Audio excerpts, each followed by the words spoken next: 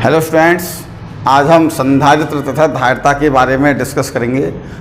जैसा आपको मालूम है, आपके फिजिक्स में सेकंड चैप्टर का नाम है स्थिर वैद्युत विभव तथा धारिता। तो स्थिर वैद्युत विभव जो टॉपिक है उसको हमने पिछले वीडियो में डिस्कस किया था और उसके स्थिर विद्युत विभव की हमने 2 पार्ट में बनाया था। अब ये जो आधा चैप्टर है धारिता का, इस धारिता के चैप्टर को आज लेंगे हम, और धारिता का जो पूरा टॉपिक है इसको भी हम 2 पार्ट में लेंगे। तो आज हम फर्स्ट टॉपिक ले रहे हैं, फर्स्ट पार्ट जो है इसका, ये धारिता क्या है। क्योंकि धारिता को भी हमने 2 पार्ट में इसलिए डिवाइड कर रहे हैं क्योंकि धारिता में 2 टॉपिक हम लेंगे, एक तो संधारित्र और दूसरा एक हमारा धारिता की। जब हम 2 आवेश चालकों को जोड़ते हैं, घटाते हैं, वो जोड़ते हैं तो उनमें क्या कितनी ऊर्जा का ह्रास होता है, कितना आवेश स्थानांतरित होता है, किसी आवेश चालक की स्थिति ऊर्जा कितनी होती है, किसी चालक की धारिता कितनी होती है। तो इन सब टॉपिकों को लेंगे और सेकंड पार्ट में हम संधारित्र यानी कैपेसिटर के बारे में डिस्कस करेंगे। तो आज का हमारा टॉपिक है धारिता। और धारिता, सबसे पहले ये धारिता होती क्या है। धारिता का अर्थ है कैपेसिटी, क्षमता।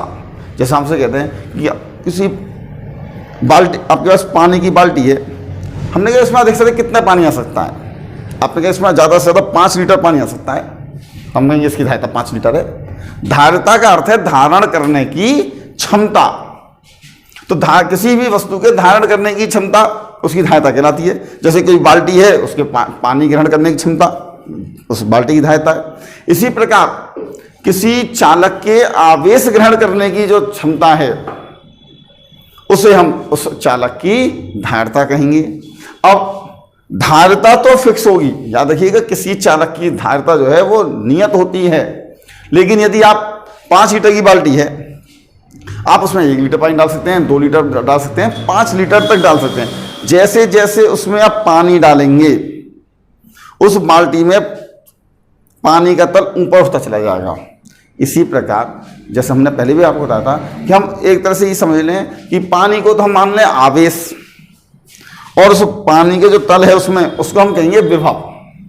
तो इसी प्रकार जब किसी चालक को हम आवेश देते जाएंगे तो उसका विभव भी बढ़ता जाएगा। जैसे पिछले टॉपिक में हमने बताया था विभव वाले चैप्टर में कि किसी चालक का विभव V बराबर 1/4 pi epsilon not K Q/R होता है।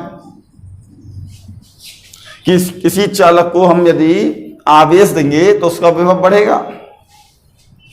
तो विभव, जैसे गोलीय चालक है, इसकी त्रिज्या R है, इसको जैसे जैसे इस पर आवेश का मान बढ़ेगा उसी अनुपात में इसका विभव भी बढ़ता जाएगा। अर्थात किसी चालक का विभव उसको दिए गए आवेश के अनुपात में बढ़ता जाता है। तो यहाँ पर सबसे पहले आप कॉपी और डॉट लेके शुरू करिएगा। हम बोलते, जो हम डेरिवेशन करेंगे तो हम बोलते जाएंगे, आप लिखते जाइएगा साथ में यदि हम किसी को प्रूफ करेंगे। तो देखिए, किसी चालक का विभव उसके आवेश के अनुपात में बढ़ता जाता है। तो धारिता की डेफिनेशन क्या है। धारिता, वैद्युत धारिता, कि जब किसी चालक को आवेश अर्थात चार्ज दिया जाता है तो उसका विभव आवेश के अनुपात में बढ़ता जाएगा। तो Q प्रोपोर्शनल V, आवेश दे देंगे विभव बढ़ता जाएगा।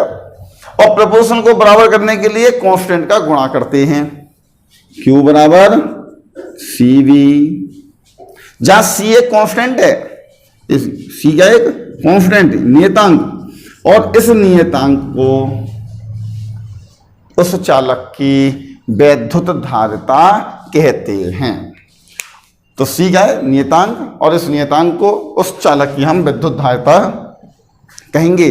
और इस C का मान चालक के आकार, उसके आसपास के माध्यम तथा उसके पास में अन्य चालकों की उपस्थिति पर निर्भर करता है। तो C नियतांक, तो C बराबर Q/V। यदि इसका मात्रक लें तो आवेश का मात्रक कूलाम और V विभव का मात्रक वोल्ट। तो C का मात्रक क्या आएगा, C का मात्रक आएगा कूलाम प्रति वोल्ट। और इसे ही हम कहते हैं फेरड। या फेरड। फेरड अर्थात 1 फेरड बराबर 1 कूलाम प्रति 1 वोल्ट। तो 1 फेरड बराबर 1 कूलाम बटे 1 वोल्ट। फेरड की डेफिनेशन क्या होगी कि यदि किसी चालक को 1 कूलाम आवेश देने पर उसके विभव में 1 वोल्ट की वृद्धि हो तो उस चालक की धारिता 1 फेरड होगी। तो ये फेरड की डेफिनेशन है। धारिता की डेफिनेशन आप यहां से बना सकते हैं कि किसी चालक को दिए गए आवेश तथा उसके विभव में होने वाली वृद्धि के अनुपात को उस चालक की वैद्युत धारिता कहते हैं। और विद्युत धारिता का मात्रक फेरड है और फेरड धारिता का बहुत बड़ा मात्रक है। फेरड धारिता का बहुत बड़ा मात्रक है। इसीलिए धारिता को हम मापने के लिए छोटे मात्रकों का उपयोग करेंगे, जैसे माइक्रोफेरड, पिकोफेरड। तो 1 माइक्रोफेरड 10⁻⁻6 फेरड, 1 पिकोफेरड 10⁻⁻12 फेरड। तो इन धारिता को अधिकतर हम माइक्रोफेरड या पिकोफेरड में मापते हैं। क्यों? क्योंकि फेरड धारिता का बहुत बड़ा मात्रक है। अपने का फेरड धारिता का बहुत बड़ा मात्रक है। कैसे बहुत बड़ा मात्रक है? सही है। जैसे आपने कैसे याद किया कि फेरड बहुत बड़ा मात्रक है, तो इसको हम आपको प्रूफ करके दिखाते हैं कि फेरड धारिता का कितना बड़ा मात्रक है। इसको किसी यदि चालक की धारिता हमें 1 फेरड करनी है तो उसके लिए हमें कितने बड़े चालक की आवश्यकता होगी, इसको आप आगे देखते हैं। अब हम निकालेंगे विलगित गोलीय चालक की धारिता। कि विलगित का अर्थ है बिल्कुल अलग, अर्थात ऐसा चालक जिसके संपर्क में कोई अन्य कोई चालक नहीं है। तो विलगित गोलीय चालक की धारिता निकालेंगे हम। तो माना एक विलगित गोलीय चालक जिसकी त्रिज्या ए है, एक ऐसे माध्यम में रखा हुआ है जिसका परावैद्युतांक K है। जब हम इस चालक को Q आवेश देंगे, इस चालक को Q आवेश देंगे तो यह आवेश इस चालक के पृष्ठ पर समान रूप से वितरित हो जाएगा। तब इस चालक के पृष्ठ पर विभव, चालक के पृष्ठ पर विभव V = 1/4πε0 K और Q/A। ये इस चालक के पृष्ठ पर विभव होगा। अतः इस विलगित गोलीय चालक की धारिता, अभी हमने धारिता का फॉर्म बताया कि C = Q/V। Q और V की वैल्यू 1/4πε0 K और Q/A। Q से Q कैंसिल हो जाएगा, C = 4πε0 KA। यह इस विलगित गोलीय चालक की धारिता का फॉर्मूला है।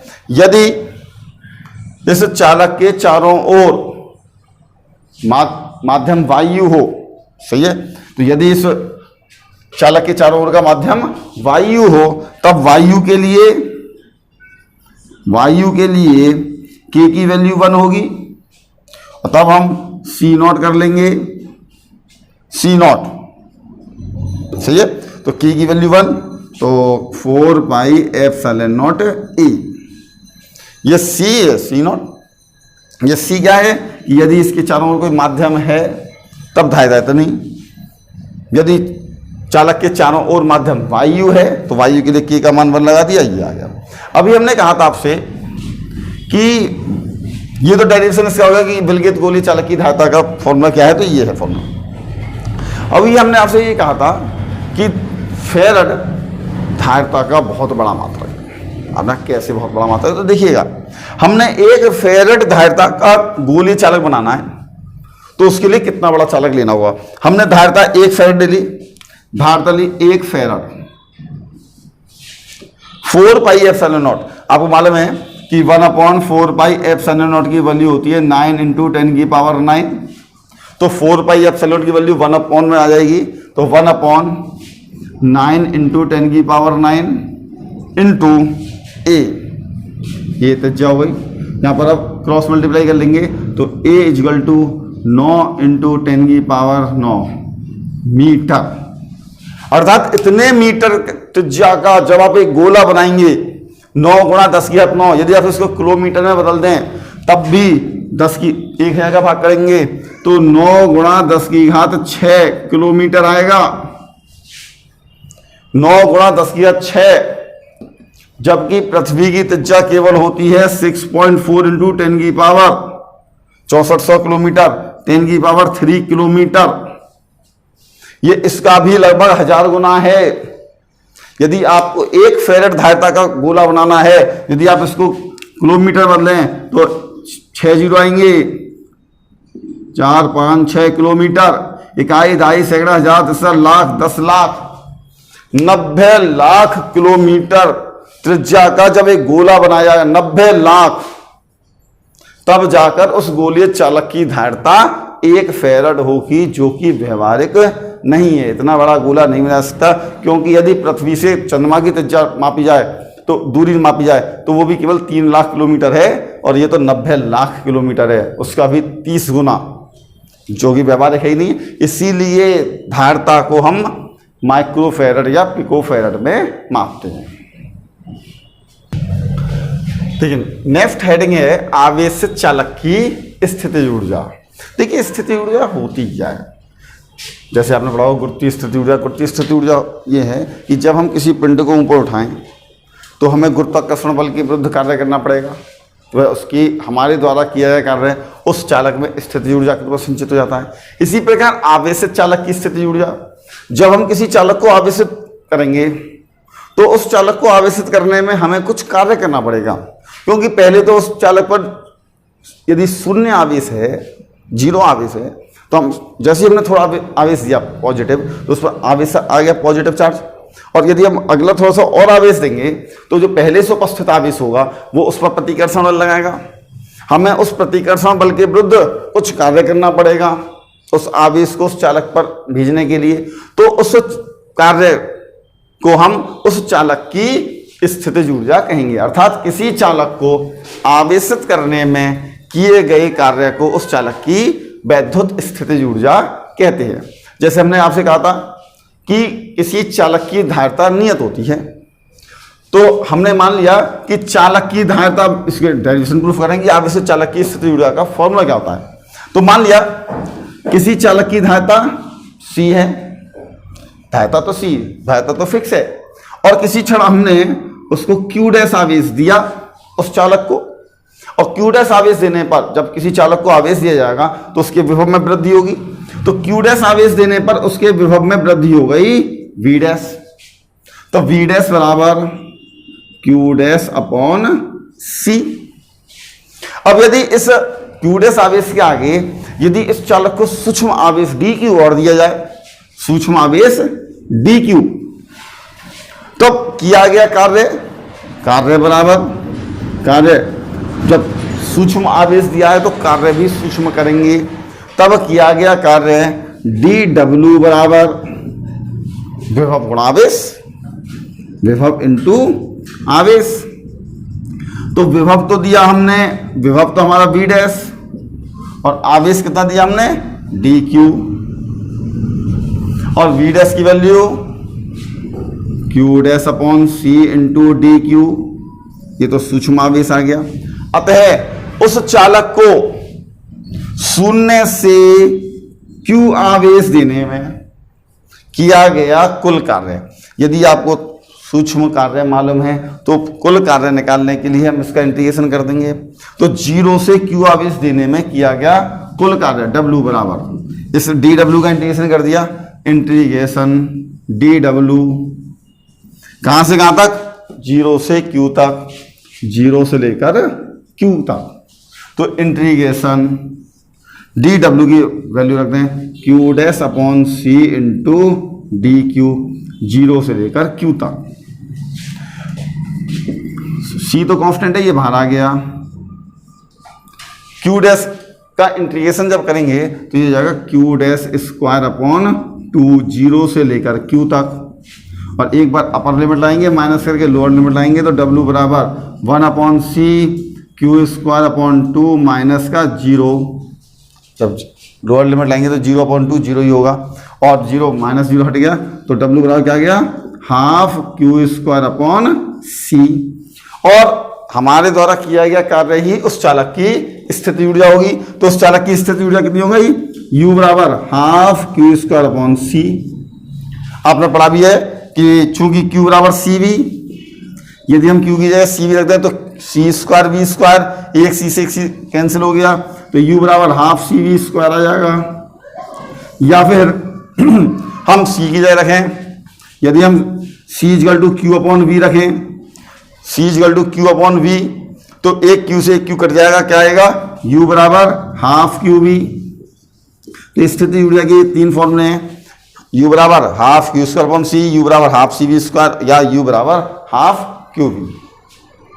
अगले नेक्स्ट हेडिंग हमारी कि दो आवेशित चालकों को जोड़ने पर आवेशों का पुनर्वितरण, उभयनिष्ठ विभव।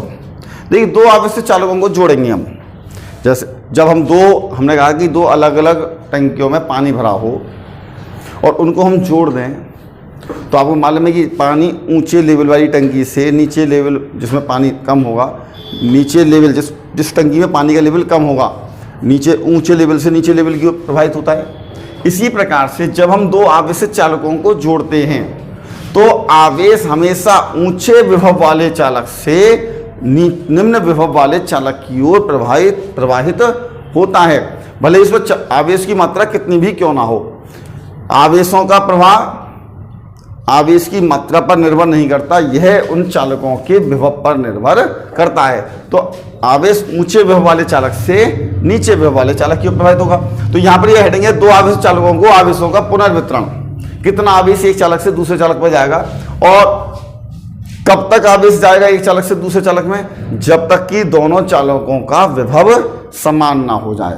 तो यहां पर हमें निकालना है उभयनिष्ठ विभव। हम यहां पर दो चालक लेते हैं, दो चालक हैं ए और बी, ए बी। इस चालक की धायता है C1, इस चालक की धायता है C2। जब हम इस चालक को Q1 आवेश देते हैं तो इस चालक का विभव हो जाता है V1। इस चालक को हमने Q2 आवेश दिया तो इसका विभव हो गया V2। अब अभी हम जोड़ नहीं रहे, जोड़ने से पहले देखिएगा, जोड़ने से पहले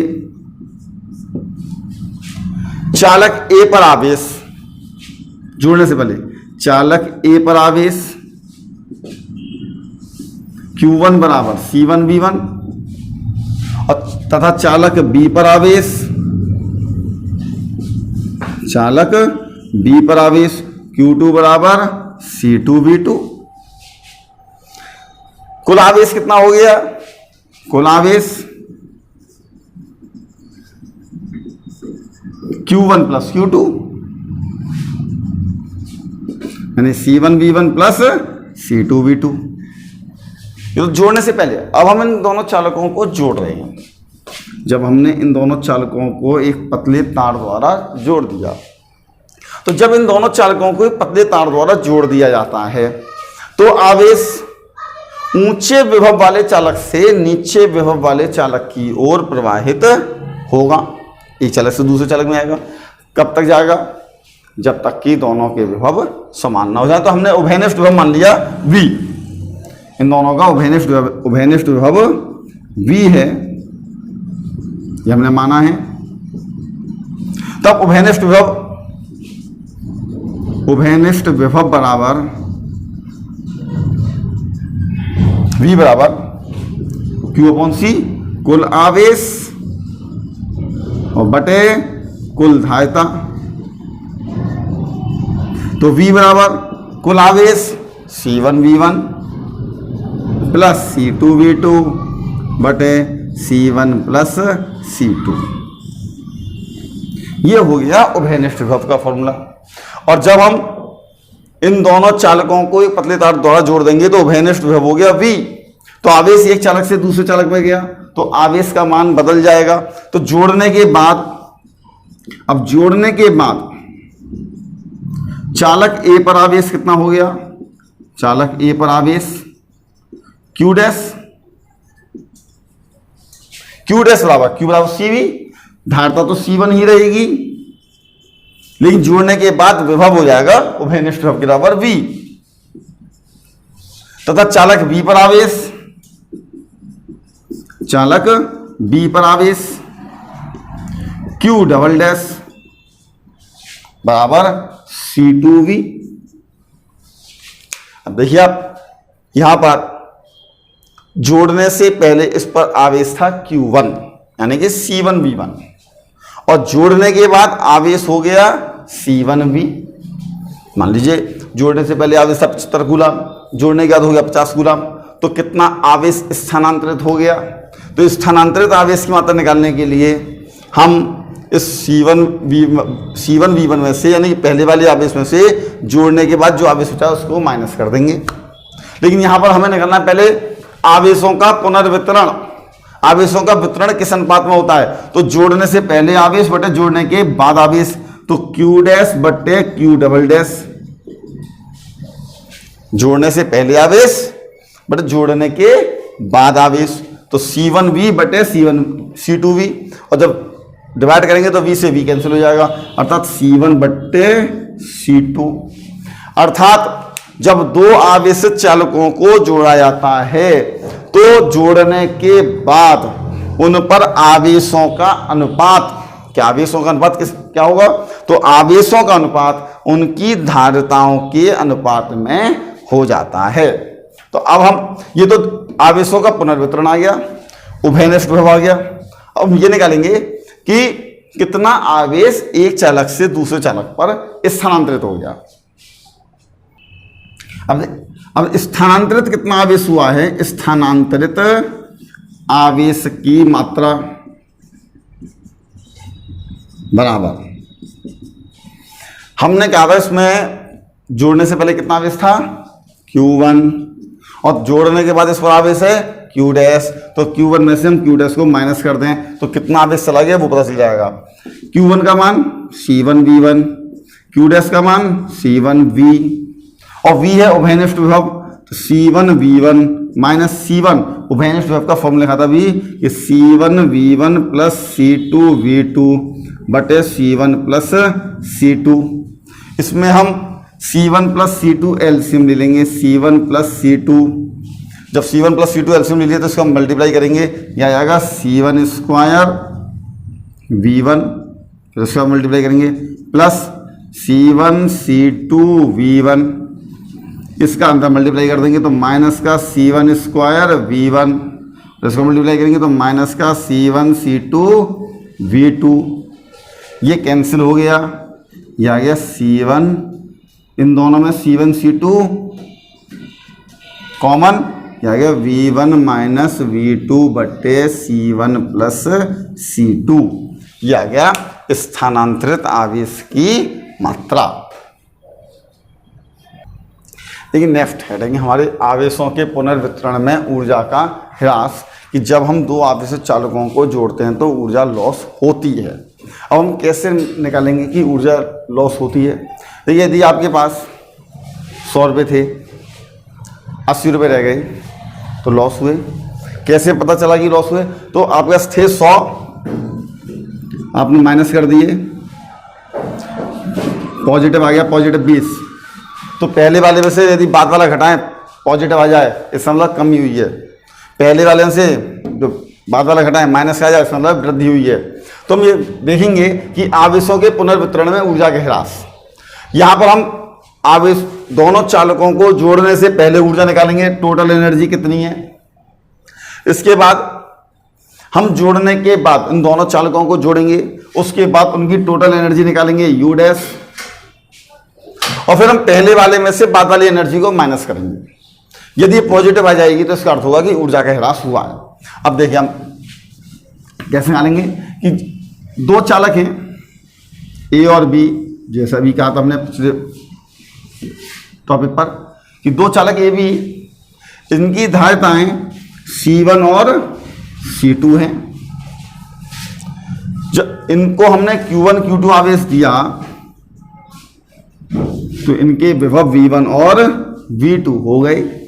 तब जोड़ने से पहले देखिएगा, जो भाषा है वो ये लिखी जाएगी कि माना दो चालक जिनकी धारिताएं C1 C2 हैं तथा इन्हें Q1 और Q2 आवेश देने पर इनके विभव क्रमशः V1 और V2 हो जाते हैं। तब जोड़ने से पहले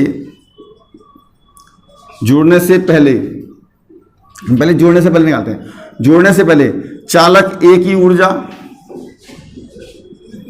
हाफ C1 V1 स्क्वायर, अभी फॉर्मूला लिखा था कि किसी चालक की ऊर्जा हाफ CV स्क्वायर। चालक बी की ऊर्जा हाफ C2 V2 स्क्वायर। चालक ए की ऊर्जा आ गई, चालक बी की ऊर्जा आ गई। जोड़ने से पहले इन दोनों चालकों को जोड़ने से पहले कुल ऊर्जा के लिए दोनों को जोड़ देंगे, half C1 V1 square plus half C2 V2 square. अब जब इन दोनों चालकों को जोड़ देंगे तो आपको मालूम है कि एक आवेश उच्च विभव वाले चालक से निम्न विभव वाले चालक की ओर प्रवाहित होता है जब तक कि दोनों के चालक के विभव समान ना हो जाएं। तो हमने उभयनिष्ठ विभव मान लिया इसमें, इनका कॉमन विभव कितना है V। उभयनिष्ठ विभव कुल ऊर्जा हमने यहां पर U मान ली है और उभयनिष्ठ विभव हमने मान लिया यहां पर कि दोनों का जोड़ने के बाद विभव V हो जाता है। तब जोड़ने के बाद इन दोनों चालकों को जोड़ने के बाद चालक ए की ऊर्जा हाफ CV स्क्वायर C1, धारिता C1 ही रहेगी लेकिन विभव हो गया V। चालक बी की ऊर्जा हाफ C2 V स्क्वायर। अब जोड़ने के बाद कुल ऊर्जा, दोनों चालकों को जोड़ने के बाद कुल ऊर्जा U डैश, दोनों को जोड़ दिया तो हाफ C1 प्लस C2 और V स्क्वायर कॉमन है, हाफ V कॉमन था।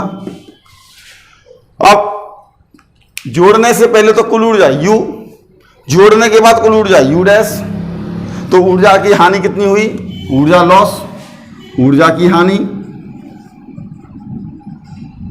डेल्टा U, तो U माइनस U डैश। तो डेल्टा U बराबर U का मान half C1 V1 square plus half C2 V2 square minus half और C1 प्लस C2 और V स्क्वायर। हाफ, इस पूरे में से हाफ तो कॉमन निकाल लेते हैं, यह आ गया C1 V1 square plus C2 V2 square minus C1 plus C2। और उभयनिष्ठ विभव का पिछले वाले टॉपिक पर हमने फॉर्मूला निकाला था, उभयनिष्ठ विभव V बराबर C1 V1, देखिए C1 V1 plus C2 V2 बटे C1 प्लस C2 का होल स्क्वायर। जब ये होल स्क्वायर है C1 प्लस C2 का होल स्क्वायर, तो एक पावर से एक पावर कट जाएगी, यहां आएगा half C1 V1 square plus C2 V2 square minus C1 plus C2 से ये एक पावर कटेगी, यहां पर आएगा C1 V1 plus C2 V2 का होल स्क्वायर बटे C1 प्लस C2। तो पहले आप यहां तक इसको लिख लेंगे, इसके बाद मैं इसको यहां पर अभी रफ करके यहां सॉल्व करता हूं इसको कि डेल्टा U का मान निकालूंगा। डेल्टा U बराबर यहां से हाफ और C1 प्लस C2 हमने ले लिया एलसीएम, C1 प्लस C2। तो पहले C1 का इस पूरे में मल्टीप्लाई करेंगे, क्या आएगा C1 square V1 square plus C1 C2 V2 square. अब C2 का मल्टीप्लाई करेंगे plus C1 C2 V2 square, इसमें C2 का मल्टीप्लाई नहीं, एक बार तो C1 का कर लिया पूरे में, अब C2 का मल्टीप्लाई करेंगे तो C1 C2 V1 स्क्वायर और C2 का करेंगे तो plus C2 square V2 square. यहां से ये a प्लस बी का होल स्क्वायर है, तो a square plus B square plus 2ab, और आगे माइनस है तो सब माइनस हो जाएंगे। तो देखिए माइनस का c1 square b1 square minus c2 square b2 square minus 2c1 c2 v1 v2, ये आगे पूरे में। अब देखिए हाफ, इससे तो ये कैंसिल हो गया, c1 square v1 square, c2 square v2 square से ये कैंसिल हो गया। इन तीनों में c1 c2 common, c1 c2, और फिर बचेगा यहां पर v1 square plus v2 square minus 2v1 v2 और बटे में c1 plus c2, delta u बराबर हाफ c1 c2 और v1 माइनस v2 का होल स्क्वायर बटे c1 प्लस c2। अब देखिए c1 c2 ये तो धायता है, धायता हमेशा पॉजिटिव होती हैं, तो इन दोनों का गुणनफल भी पॉजिटिव, दो पॉजिटिव संख्याओं को जोड़ेंगे ये भी पॉजिटिव आएगा, और v1 माइनस v2 का होल स्क्वायर, अंदर पॉजिटिव हो या नेगेटिव हो, जब होल स्क्वायर करेंगे तो ये भी पॉजिटिव आएगा, अर्थात डेल्टा u का मान जो है वो पॉजिटिव आएगा। अर्थात हमने कहा था यदि पॉजिटिव आ रहा है इसका अर्थ क्या है कि ऊर्जा में हानि हो रही है। तो जब हम दो आवेशित चालकों को जोड़ते हैं तो ऊर्जा का ह्रास होता है, अर्थात ऊर्जा की हानि होती है। ये ऊर्जा की हानि क्यों होती है? क्योंकि जब आवेश एक चालक से दूसरे चालक में तार द्वारा होकर जाता है तो कुछ आवेश, कुछ ऊर्जा ऊष्मा में बदल जाती है इस तार में, ठीक है, तो जिसके कारण ऊर्जा की हानि होती है। तो यहां पर हमने इस ऊर्जा का हानि निकाली। अगले जो पार्ट में हम लेंगे उसमें हम केवल संधायित्र लेंगे, सही है। तो अगले टॉपिक में हम संधायित्र को कंप्लीट कर देंगे, तो आपका ये चैप्टर पूरा कंप्लीट हो जाएगा।